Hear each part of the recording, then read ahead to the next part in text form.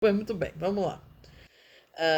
Nós entramos aí numa discussão na nossa última conversa, né? Aquela conversa gravada, em que a gente falou sobre a teoria da justiça de Rawls. Nós entramos aí numa discussão contemporânea da filosofia do direito. A teoria da justiça do Rawls é considerada esse marco significativo em que você tem não só uma retomada da teoria da justiça, mas da própria filosofia do direito. Lembremos que uma boa parte do século XX ela é quase monopolizada por uma teoria por uma teoria positivista, normativista do direito, né? O normativismo jurídico ele se torna lá a linguagem quase que predileta, eu diria quase que uníssona da teoria do direito no século XX. Quando você tem ali a retomada, né, da discussão em torno dos direitos humanos, né, no período da pós-guerra, e se percebe a necessidade de você institucionalizar a previsão desses direitos a nível internacional, do direito internacional, começam a surgir as convenções internacionais de direitos humanos. Por outro lado, começa-se a discutir mesmo, né, o papel desses organismos internacionais do ponto de vista diante, né, da soberania dos Estados. Né? Então, aquela ideia do princípio da não intervenção, que sempre foi uma ideia muito importante lá para o direito internacional, né? ela começa, em certa medida, a ser, não vou dizer que ser colocada em xeque ou repensada, mas começa a se perceber que no momento em que eu robusteço aí um direito internacional, né, dou a ele uma positividade um pouco maior, né, eu acabo de alguma forma também fazendo com, e aí a gente pode pensar isso também em termos dos direitos regionais. É claro que aí a grande força aí precursora é o direito europeu, mas esse é um processo global. Esses direitos regionais também eles se tornam, né, vetores importantes para o próprio direito interno dos Estados, interferindo na vida dos Estados. Né? E as decisões dessas instâncias, inclusive das cortes de direito regional, direito internacional, elas passam a ser cada vez mais importantes na sua invocação. Isso tudo gera aí, né, o fim da Guerra Fria, né, também um vetor importante, né, com um afastamento ali daquela polarização ideológica que existia até aquele momento. Então, a importância dos direitos, né, de você garantir determinados direitos, dessas ideias vinculadas aí à existência de determinados direitos humanos, de uma dignidade humana, elas se tornam uma pauta mundial aí, global, importante, e se coloca aí no ponto de vista das ideias a necessidade de fundamentar, né? O Norberto Bobbio, na Era dos Direitos, ele escreve que eu não preciso mais discutir, né, o que são os direitos humanos, porque eles já estão aí, eles já estão postos, já estão reconhecidos a nível global, né? Mas eu tenho que discutir como fazer, garantir efetivamente, como assegurar efetivamente esses direitos. Mas me parece que, em todo respeito, né, o Norberto Bobbio, nesse ponto, talvez a coisa não seja tão simples assim, né? Porque como eu vou assegurar o direito supõe também a definição daquele direito, né? Dos limites em que aquele direito vai ser exercido. Então, de alguma forma, dizer como o direito à vida, né, vai ser garantido, né, num determinado estado ou numa determinada região do globo, ou do ponto de vista global, isso supõe um processo, né, de reconhecimento de um certo limite desse direito à vida. E esse é um exemplo, o Direito à Vida é um exemplo desses bem interessantes aí, né, quando a gente fala de direitos humanos, porque é, poucos sistemas jurídicos, políticos vão negar, né, a existência do direito à vida, mas o que seja esse direito à vida, né, isso a gente vai encontrar várias formas de definir e de limitar, né, esse direito. Muito bem. Então, isso faz com que aquela discussão, que parecia uma discussão meio superada, né, por uma teoria normativa do direito, em torno de elementos mais morais do direito, né, começa a se perceber que a própria forma, né, como se interpreta os textos constitucionais acaba conduzindo, principalmente aquelas constituições ali do pós-guerra, muito inspiradas lá no modelo alemão, né, dos princípios, né? Então você tem esse modelo, ele vai reverberar ali pela Europa, né, pelos países da Europa, chega aos países da América do Sul, né, no processo de redemocratização, como chega a nossa Constituição, a Constituição de 38. Se percebe também que esse modelo de Constituição, ele aumenta o poder do intérprete da Constituição. Né? O intérprete da Constituição, ele passa a ter um poder grande, e muitas dessas normas jurídicas, elas contêm uma carga moral inquestionável. E o intérprete do direito, né?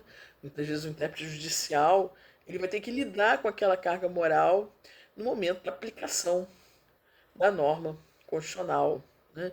Então, as questões de filosofia do direito, que talvez eram percebidas, né, como a ideia de um direito justo, ideal, né, um direito meio que se contrapunha dentro daquele modelo do justnaturalismo lá antigo, e até do modelo do justnaturalismo moderno, né? Se bem que o justnaturalismo moderno ele tinha uma pegada meio diferente, porque, principalmente algumas daquelas teorias, porque elas eram teorias que contestavam, né, um modus operandi da época, né? Elas apresentavam uma alternativa e foram inspiração, né, para a Revolução Francesa, o processo de independência americana, tudo isso, né? Mas no final do século XX, se percebe então que a gente temos que recuperar isso, temos que recuperar essa dimensão importante da filosofia do direito para o sistema dos políticos, o sistema jurídico político interno dos estados e do ponto de vista de um direito regional, do direito internacional, que vai ganhando também uma importância maior, né? Então você tem aí um reviver, né, da teoria da justiça e da filosofia do direito. A publicação em 1971 da obra Uma Teoria da Justiça do Rawls é considerado hoje pelas obras de filosofia do direito mundo afora como esse marco importante aí da retomada da filosofia do direito. Quer dizer, a gente está falando das últimas décadas do século XX e século XXI, né, onde nós estamos aí, né? Nós estamos nesse processo aí. E basicamente, né, se a gente pega lá a teoria do Rawls, eu vou aqui, né, retomar tudo, porque a gente já tem lá aula, né, específica sobre ela. O que o Rawls ele faz, ele vai beber na fonte dos clássicos, né, e dos clássicos modernos, inclusive, né, dos contratualistas, para propor um novo contratualismo, né, um contratualismo contemporâneo, que busca fundamentar um sistema, uma estrutura básica de uma sociedade que seria uma sociedade justa, né, que seria uma sociedade que se estruturaria segundo determinados princípios, que seriam princípios que realizariam ali naquela sociedade algumas ideias intuitivas que estão muito ligadas à questão da justiça, né? Como basicamente duas aí, né? A ideia de liberdade e a ideia de igualdade. Então essas duas ideias, elas estão por trás dos tais princípios de justiça do Rawls, né? Ele vai ele é um liberal, né, um liberal igualitário, mas ele é um liberal, e ele vai dizer então que o primeiro princípio é o princípio de que eu devo garantir a maior liberdade possível em igual medida para todos, né, traduzindo ela, o primeiro princípio de uma forma simples, né? E o segundo princípio é o famoso princípio da diferença, né, em que ele vai admitir as desigualdades socioeconômicas desde que haja igualdade de chances, né, e que aquelas diferenças revertam para aqueles que estão numa posição menos favorecida, né? Então essa é uma teoria liberal, mas é um liberalismo um pouco diferente daquele que a gente encontra. Você está trabalhando? Já acabou? Então, os alunos estão aqui me assistindo. Naquela tradição liberal mais radical, né, no libertarismo, né, que basicamente identifica a ideia de justiça com a ideia de liberdade e que vão fazer, né, com que basicamente eu admita, né, e a gente pensa em termos de Hayek, Nozick, né, a escola de Chicago, a famosa escola de Chicago, né, que são a base teórica para muitos desses modelos, ditos modelos neoliberais, né, de direito e de Estado, né, a ideia de que quanto mais livre, né, o indivíduo, mais justa é a sociedade, né? Então, basicamente a ideia de justiça é identificada aí com a ideia de liberdade, né? Não é o caso da teoria do Rawls. O Rawls vai dizer que a sociedade mais justa é aquela sociedade que existe a maior liberdade possível e a maior igualdade possível, né? Essa, vamos dizer assim, a síntese, né, da teoria do Rawls, né? Ele se coloca em contraposição a essa tradição liberal mais ortodoxa, né, que se denomina aí na teoria política como libertarismo, né?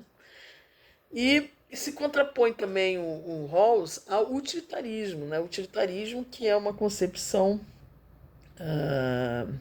política muito influente que surge já né, o Bentham, né, que é o clássico da teoria utilitarista, é contemporâneo lá do Kant, né, então já são séculos aí de história do utilitarismo.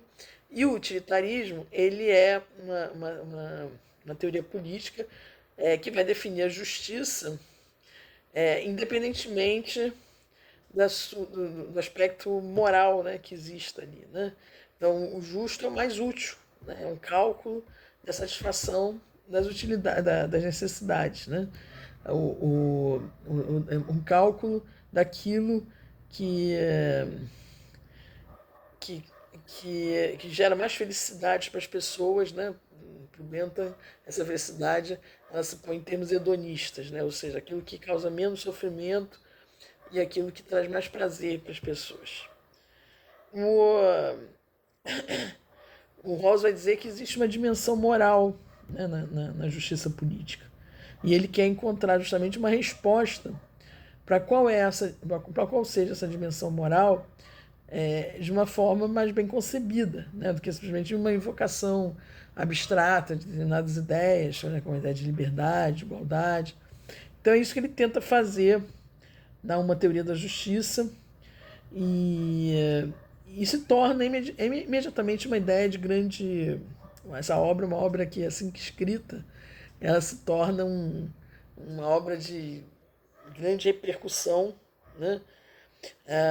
E uma reação que ela provocou se deu por alguns autores que vão criticar um aspecto da teoria do Rawls, que é o aspecto do seu individualismo, né, da sua concepção, e aí, como uma teoria liberal, ela é uma teoria individualista, né, a ideia de que eu concebo primeiro o indivíduo com as suas liberdades para depois concebê-lo no político, no coletivo, né? E esses que vão fazer essa crítica, são os identificados como os comunitários, vão dizer que, na verdade, antes o homem é um ser político, né? Ecoando lá Aristóteles, né? E São Tomás de Aquino. Antes de tudo, o homem é um ser político, o homem é um ser social. Depois, né, aí sim eu vou pensar cada pessoa. Né? Aquela pessoa ela se constitui politicamente. E dessa discussão aí, né, entre os chamados, essa discussão foi muito forte ali no final dos anos 80, início dos anos 90, e se colocava a seguinte discussão: o que deve prevalecer aqui? Né? Eu primeiro vem as liberdades, né? Vem o sistema de direitos, e depois o princípio da soberania popular, né? Que diz, né? Que permite, né? Que a vontade do povo se expresse, né? Através do sistema político. Os liberais vão dizer isso. Olha, primeiro eu tenho aqui o sistema de direitos, e esse sistema de direitos me permite construir aqui, né, um sistema democrático, né, em que o princípio da soberania popular esteja presente. Os comunitários vão dizer, não, antes de tudo, eu tenho que pensar um bem comum, né, e as pessoas dentro de alguma coisa que elas partilham, que é o bem comum. Isso para um liberal não rola, né? Mas para o comunitário vai dizer, né, coando Aristóteles, né, existe ali um bem comum que é partilhado por aquelas pessoas, alguma coisa que elas dizem que é bom para elas, né? E é isso, né? É esse bem comum, e é a partir desse bem comum que eu chego ao sistema de direitos. O que vem antes aí, né? O princípio da soberania popular, e depois o sistema de direitos, ou o sistema de direitos e o princípio da soberania popular. Aí vem o nosso amigo Habermas, né? Vem o nosso amigo Habermas, que é o nosso assunto. Opa, acabei de derrubar o celular aqui. Ele não é... Agora eu comecei a invertir a câmera, estou gravando na minha casa. Deixa eu